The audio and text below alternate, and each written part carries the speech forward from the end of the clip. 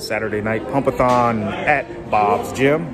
This is only the first room. So that being said, arms today, gonna go generally I generally go the moderate to high volume route. I'm gonna try to get that in today, but if not, that's fine.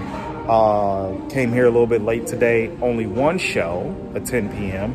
So I had to make sure that show was straight before I left, and it is, so we're good to go. So really just trying to engorge a whole lot of blood inside the muscle, make sure that it's good, nice, round, and full, get all that blood in there for some growth potential, and just leave with a very satisfyingly huge, wicked pump. So we're gonna get started. Start off with triceps, then move on to biceps and hit the road. All right, let's get moving. Okay, so kicking things off for arm day. The goal of today is just to get a lot of blood into the muscle. Make sure I get a skin splitting pump. I did not have a ton of time today, even though I only had one show to do. Work is still my priority, and this is just something fun to do on my lunch break. So starting out with some tricep press downs, really driving my hand down and squeezing that tricep, getting a lot of blood in the muscle. I like using that particular attachment because I can pull back even farther than I would with a short rope, and I don't have to involve as much delt in this movement. So with that being said, reps were between 8 and 30. So I just really need to work on those and really had a ball with that. This particular attachment are 2 individual spud ink single ropes tied together. I don't know how the gym did it. I don't know how the gym got it, but it's there. I'm going to use it and I like it a whole lot. Probably has some good applications for back too. Moving on, tricep dip on the hammer strength press, or hammer strength plate loading machine rather.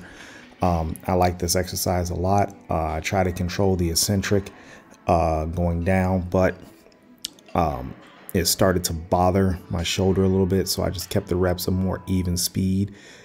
The goal of this is to really just hit the tricep, but keep the chest movement or keep the chest contraction to a minimum, because you will hit the chest on this, on any dipping movement, as a matter of fact. Reps for these were in the 15, was in the 8, were in the 8 to 15 rep range.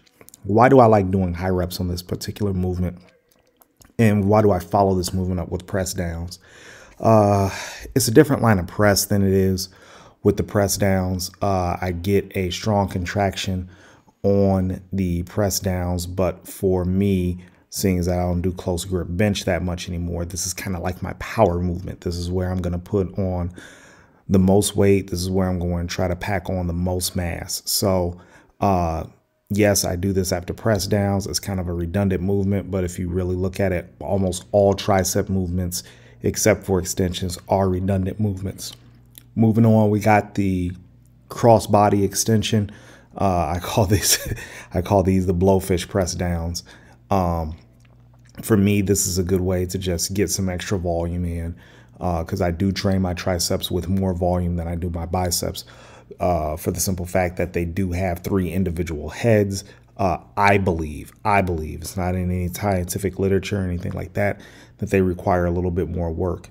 That's probably from my powerlifting days when I was reading Powerlifting USA a lot and read Louis Simmons says you always want to work the triceps hard, extremely hard, for any type of bench press. And seeing as that pressing is a weakness of mine and I'm trying to improve my chest as well, a little tricep action, little extra tricep action can't hurt. So really keep these in the high rep range. I really don't do any type of low rep tricep work, just because I'm worried about elbow health as I progress in my age.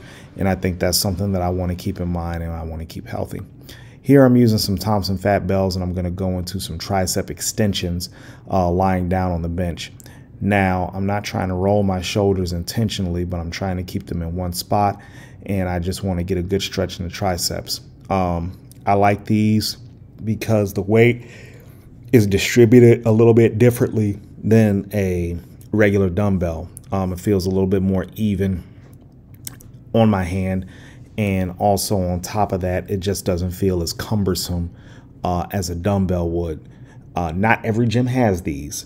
So if you don't have these, don't feel like you're missing out on anything special. This is just a preference of mine, and this is something that I don't do too often.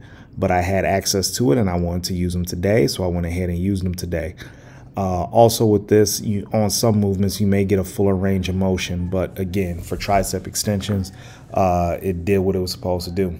Notice how I'm coming back behind my head. That's not something that's generally necessary or even advised by a lot of people, but it's something that I like to do and that I have been doing for the past few years. So please keep that in mind when you're doing this movement. Moving on to biceps, I'm starting out here with an incline fat bell curl. I was about to say dumbbell. Why do I like this movement? I think I get a good stretch in the biceps. It's a good way to open them up before I get started on the main work, which was barbell curls after this. Again, the weight is distributed center mass, so it feels a little bit different than a regular dumbbell. That's not to say, again, that is good or bad or even that you need this piece of equipment. It's just something that was available to me and it was at my disposal, so I'm using it. Went up pretty heavy and started feeling in the 6 to 8 rep range. Again, a couple of cues you want to keep in mind. You want to keep the shoulders quote unquote back behind you, and you just really want to focus on your upper arms moving to contract your biceps.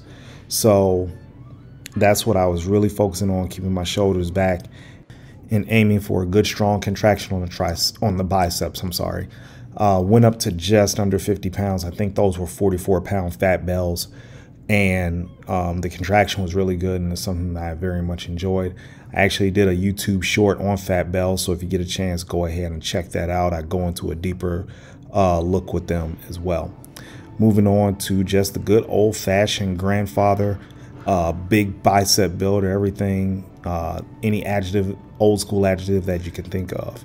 Here I'm just getting warmed up with 10 pounds. I would have stayed with this weight, but I wanted to go a little bit heavier. In retrospect, I probably should have stayed with this weight and just went for a severe pump and burn as the way that I was doing them. I feel like I got a lot more out of that movement than I did with putting on a 25 on each hand. Like, yeah, I'll get some density, but I didn't get as much work as I would have gotten just staying with a 10. And also I didn't want to look like a pussy in front of you guys. But in any event, I really worked hard on this one. And with that 50 pounds on there, man, it's a little bit difficult. So again, with arms, here's something that you want to keep in mind. You want to pump more than you want to pound, because your arms are used in so many different type of movements. You want to make sure that they're just good and recovered, so you can pull a lot or you can push a lot. Pulling and pushing with a sore bicep or a sore tricep is a surefire way for you to get messed up. So please keep that in mind when you're constructing your arm routines and the weight and the load that you're managing and selecting. That will make a big difference in the success of your bicep routine. And moving on, I just wanted to make sure that I got some other good volume, so I went ahead and did cluster sets on the prime plate loaded machine. Now, while the strength of this machine is one that you can change the loading on particular parts of the range of motion, the big money movement for biceps particular is the mid-range. So that's where I want to put the majority of pressure on. I just went ahead, put a 45 plate on, and I did 6 sets or 4 sets of 6, really to just finish off the biceps, make sure that they were good to go. Yeah, I just went back to work with a huge pump. So there you go, guys. Nothing fancy, nothing crazy, just a lot of volume, a lot of hard work, relatively low rest periods. And again, when you're talking about arms, pump more than you pound. All right? That's what the advice I got for you to build some big ass arms. All right, talk about high speed, low drag. Good one today, good amount of volume. Felt really good to get in here and just smash. Hopefully you guys got something out of it. I didn't say it at the beginning of the video, but please like and subscribe to the channel. A lot more coming. Got a tutorial on the Romanian deadlift that I'll be putting up here in the next few days. And then Got another whiteboard session coming up. So that's going to be great. Look out for that. But other than that, just super excited to keep churning out some good quality content for you guys. And hopefully you guys, again, get something out of it. So thanks again for watching. You have a great day.